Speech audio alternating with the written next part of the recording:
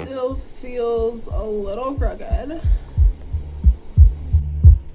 What goes in is found out.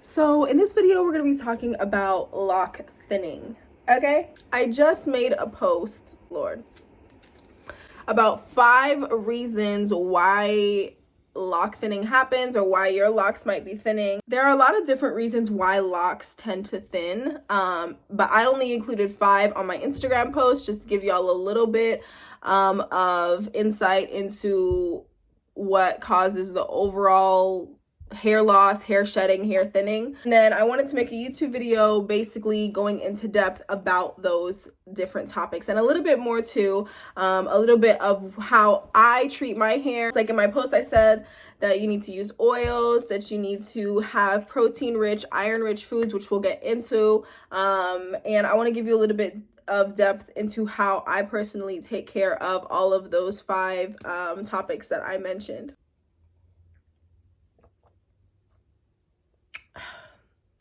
This is mint lemongrass tea, bruh. Let's get into it.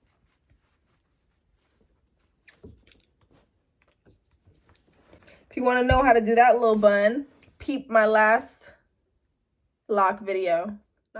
5 lock tips that will help you if you feel like your hair is thinning. So the first one, what was the first one? Okay, I remembered. So the first reason why your locks might be thinning out is because you're stressed. Now, I like to look at things from a holistic point of view because I know that it's not just about what you do externally to take care of your hair, to take care of your body, but also what you do on the inside. And a lot of the times, a lot of people give tips on how to do better externally, but we got to think about the source. The source is what happens internally in your body, in your mind. I understand life is stressful. 2022 is already kicking me in the behind and slapping me around from rock to rock. I mean, pinning me to the wall, choking me, and stabbing me repeatedly.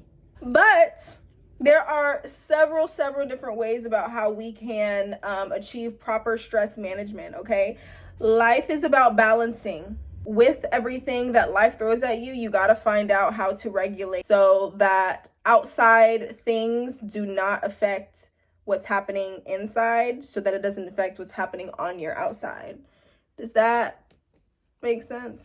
With stress, you can't really control what's happening to you. You can only control how you react to things.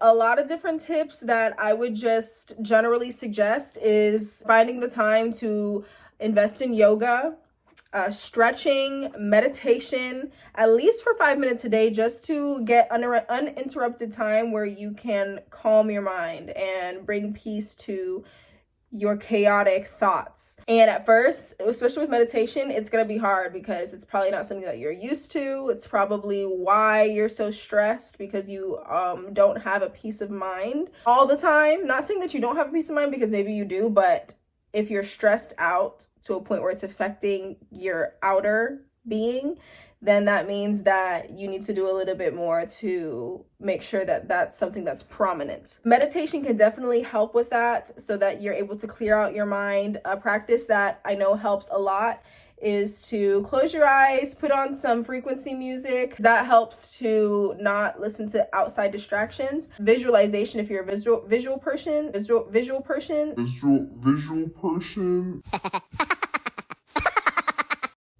person, can I speak? Imagine that you're breathing in a bubble of positive thoughts, or just a bubble that's going to clear out the thoughts in your mind. And as you let it go, you're releasing all of the tension, all of the negative thoughts, all of the chaos. Well, practicing that at least once a day is going to help you a lot with calming your mind and getting back to your center. And then you will see a lot of progress in your outer being. Stress management doesn't always have to be yoga and meditation and stretching.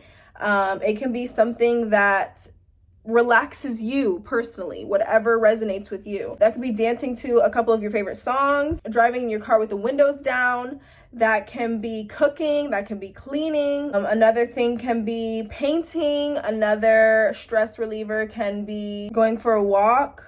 And adding these stress relieving activities in your day does not have to be this huge change for you. Like, it's important that you try to work these stress relieving activities into what you already do in your day, so it doesn't cause more stress thinking about how you're going to achieve it each day, because then it can get overwhelming, and then that contradicts the activity of the stress reliever. Find the time in your day to just find 5 to 10 minutes. Like, if you have a 9 to 5 and you're working, like on your break, on your lunch break, try to read instead of like watching Netflix. Before you even leave for work, if you can just go outside and bask in the sun for a second, in the fresh air, maybe go for a walk just to clear your mind, that can go a long way, and you will see great progress on the outside when you take care of your inside. And a second thing that can cause lock thinning is a poor diet. Okay? You really got to be conscious about what you're putting in your body. I'm going to preach that until the day that I die. It's super important to be conscious about what you're putting in your body, whether that's food, whether that's people, talk, whether that's the shows that you watch, the music that you listen to, all of the above. Your hair is made up of a lot of proteins, and proteins are what keeps your hair follicles strong and growing at a healthy rate. If you want your hair to grow fast, if you want your hair to grow strong, if you want your hair to grow healthy and not thin and brittle over time, then it's extremely crucial that you think about eating protein-rich and iron-rich foods. Iron and B12 help the production of protein in your body, and in turn helps your hair follicles strengthen. As a vegan, I'm gonna give you vegan options to help with your protein, because I do not support the consumption of dead carcass. You understand? My go-to proteins are chickpeas or hummus. I love to have hummus with cucumbers. You know, you dip it in the hummus. There are different flavors of hummus. You can do carrots, you can do celery. I love hummus. Or you can grind up some chickpeas, make some scrambled eggs, or you can just boil the chickpeas and put it in a chickpea salad, quinoa salad. Quinoa is also a really good protein. My mom just made this amazing quinoa, chickpea, and kale salad. Kale or leafy greens, spinach has a lot of protein in it. So combining different proteins in a meal is really beneficial, because one meal can give you the nutrients of protein that you need for a day. Another thing, beans, lentils, nuts, peanut butter, almond butter.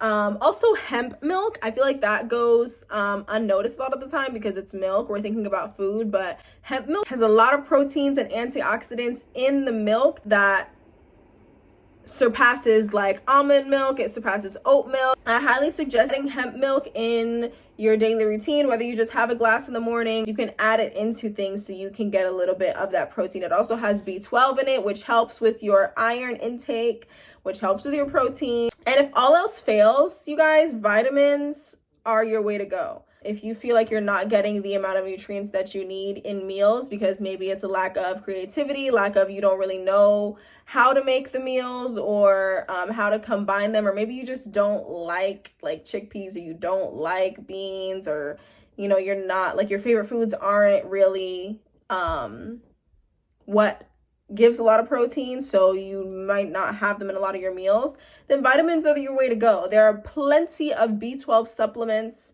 There are plenty of vegan protein supplements. I even have a bag of vegan protein just in case, like, I feel like I don't want to keep eating the same thing every day. I don't want to have chickpeas again and again and again. So I'm going to add the vegan protein to a smoothie. I'm going to add it to I love to make chai. I love chai. So I'll add like some mocha, some non-dairy coffee, and some vegan protein, and some chai, and some hemp milk. And that'll be like my go-to for the morning. So I'm already starting off to a fresh start, you know? Incorporate more protein in your diet if you feel that your hair is thinning out, because over time it's just gonna get worse. And we don't want that. This is why we're talking about this now, so we can avoid the worsening of it in the future. Yeah. A third reason as to why your hair might be thinning is there's too much tension. This is a big one.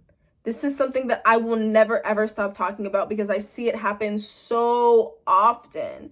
Even with myself, I am guilty of it. I always put my hair up in a bun because I just want it out of my face. I don't want it on my neck. It just is too hot, or I tend to play with my ends a lot and I just need it up out of the way so I can stop doing that habit, or, you know, I just want it up out of the way.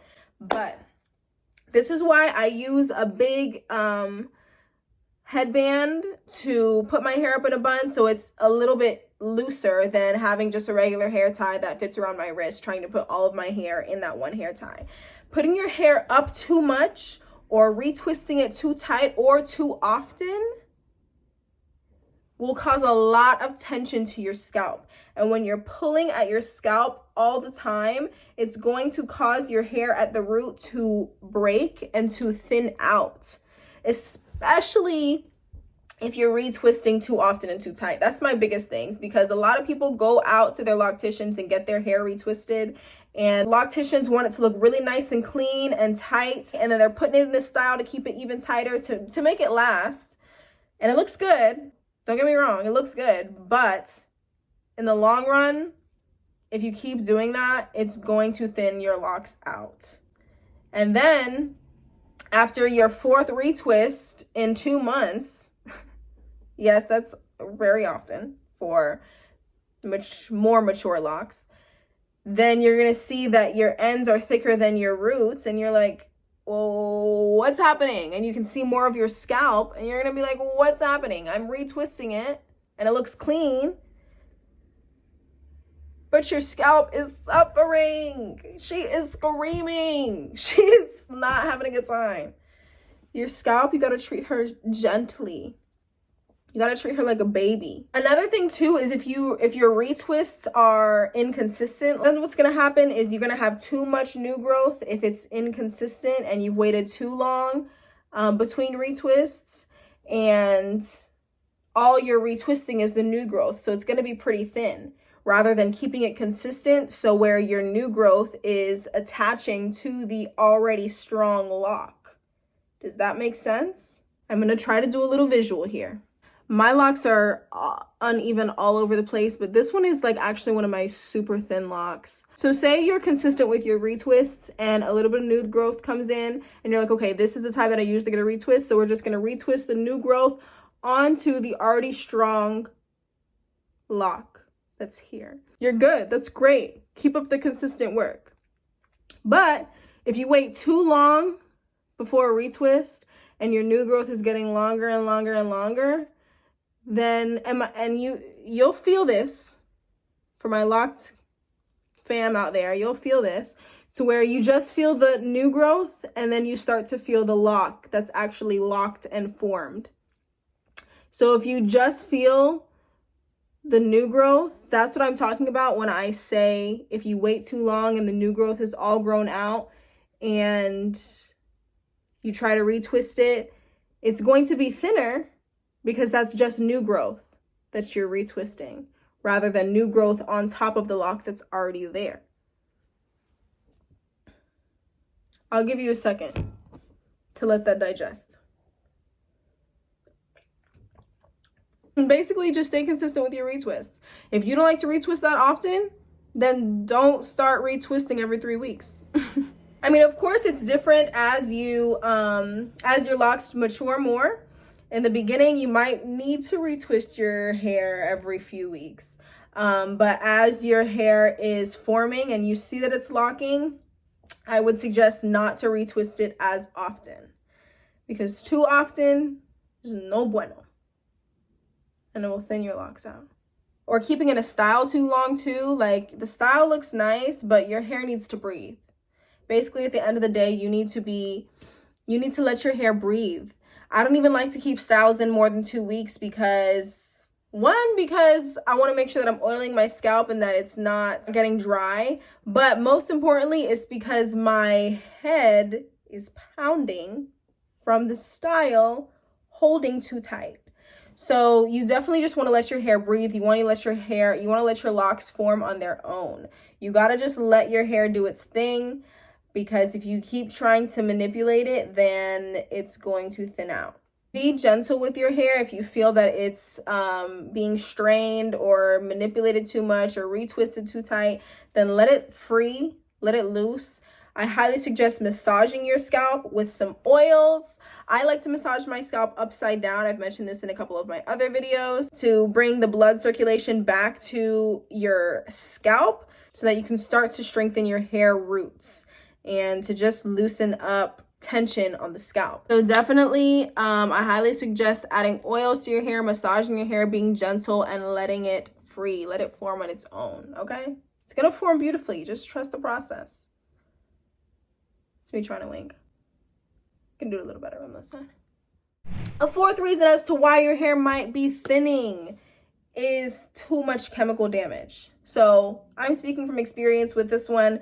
I bleached my hair. You see that my hair is blonde. A couple of my tips are blonde. I did bleach my hair. I didn't do too much research with bleaching at all. I was just like, let's just get the color in, let's go. I didn't realize how bad bleach was or how much damage bleach causes to your hair. Immediately after I was finished bleaching my hair or dyeing my hair, I noticed that it was extremely dry, extremely brittle. I wasn't super worried because I have products that help with chemical damaged hair, heat damage, dye, bleach damage, heat damage, all that good stuff. So I knew that I could bring my hair back to moisture. I could bring it back to hydration. But that still, even still with those products, it took a minute for me to get back to what felt like my locks were soft again. The locks that were not bleached or dyed are still super soft. I can even still like comb it out a little bit. You can see that the curl is still there. I mean, it's still pretty frizzy. It's super soft.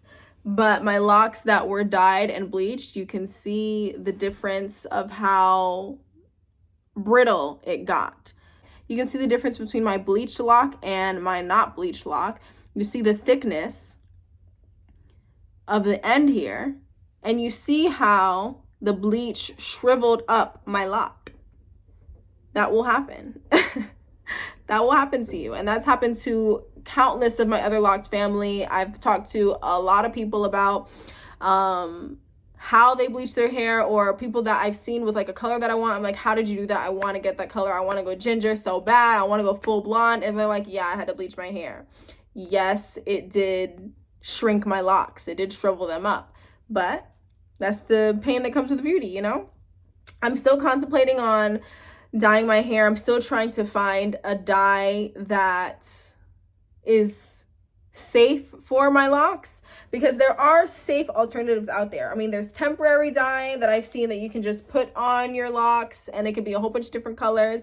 I do know that there is a way to dye your hair as blonde as you want, as blue as you want, without the bleach. So I'm doing a lot more research on that because I want to give y'all some tips on DIY dyeing your hair no matter what the color is.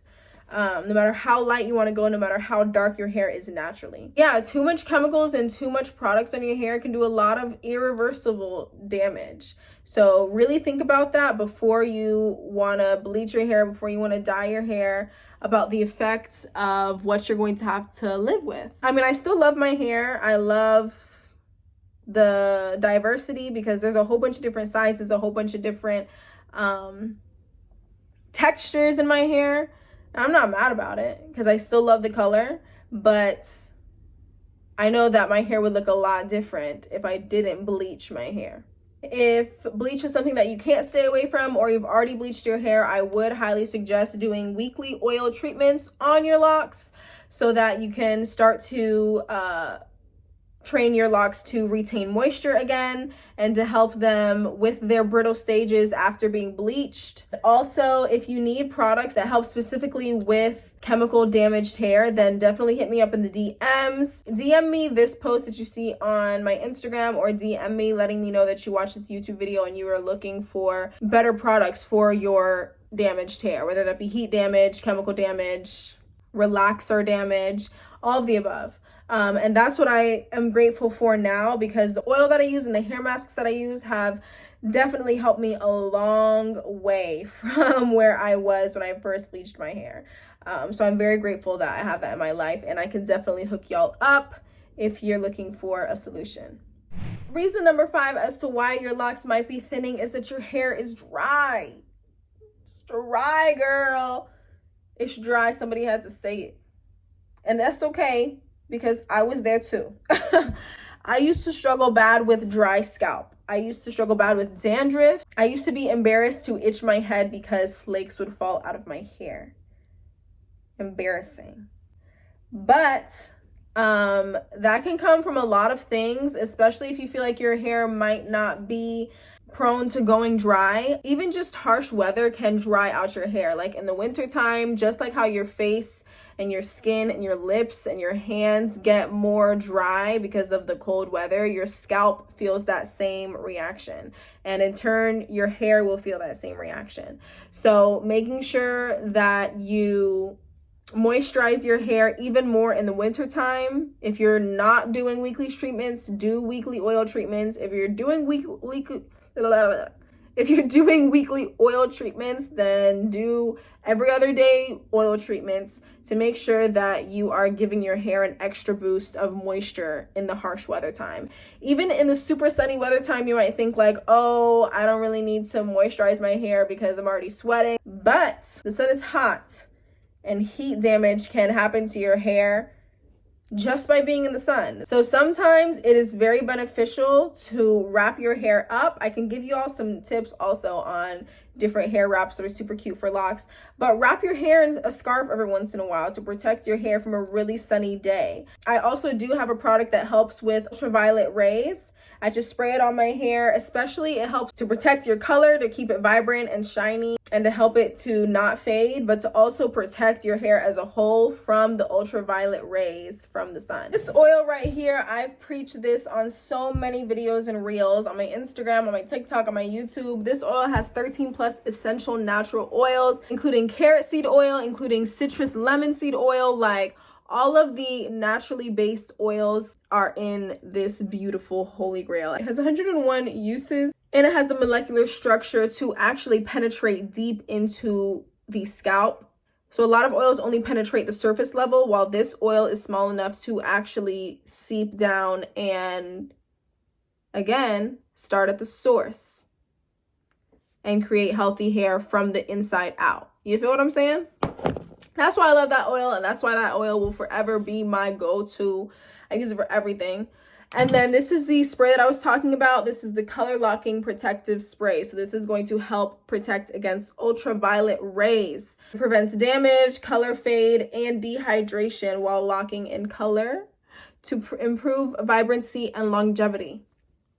So this really helps to protect my hair as a whole in the sun, because we know now that it can dry out our hair, and we have to take the precautions to prevent that so that we are not looking back 2 years later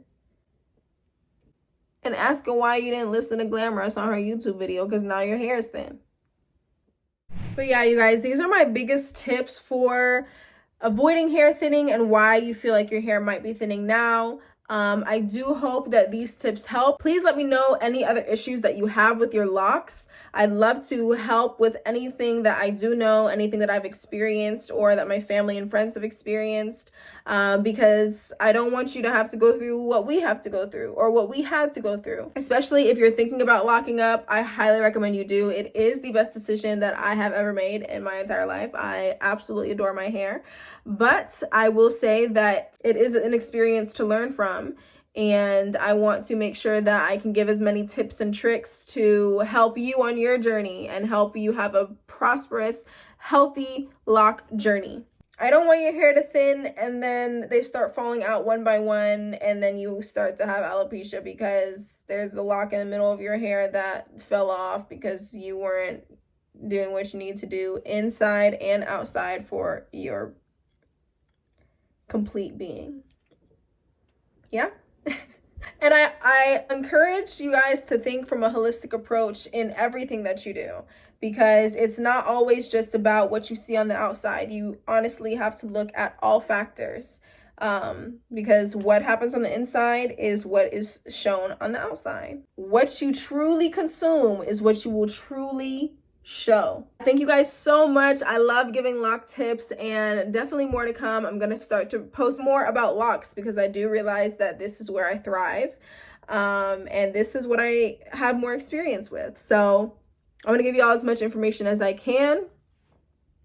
Make sure that y'all like, subscribe, and comment some more lock tips that you're looking for, and some tips that you took away from this video. If there's nothing else that you took away from this video, remember to just let your hair be free and be gentle with it. Be gentle with your scalp and take care of it like if they were your babies, because they are. So I will see y'all on the flip side.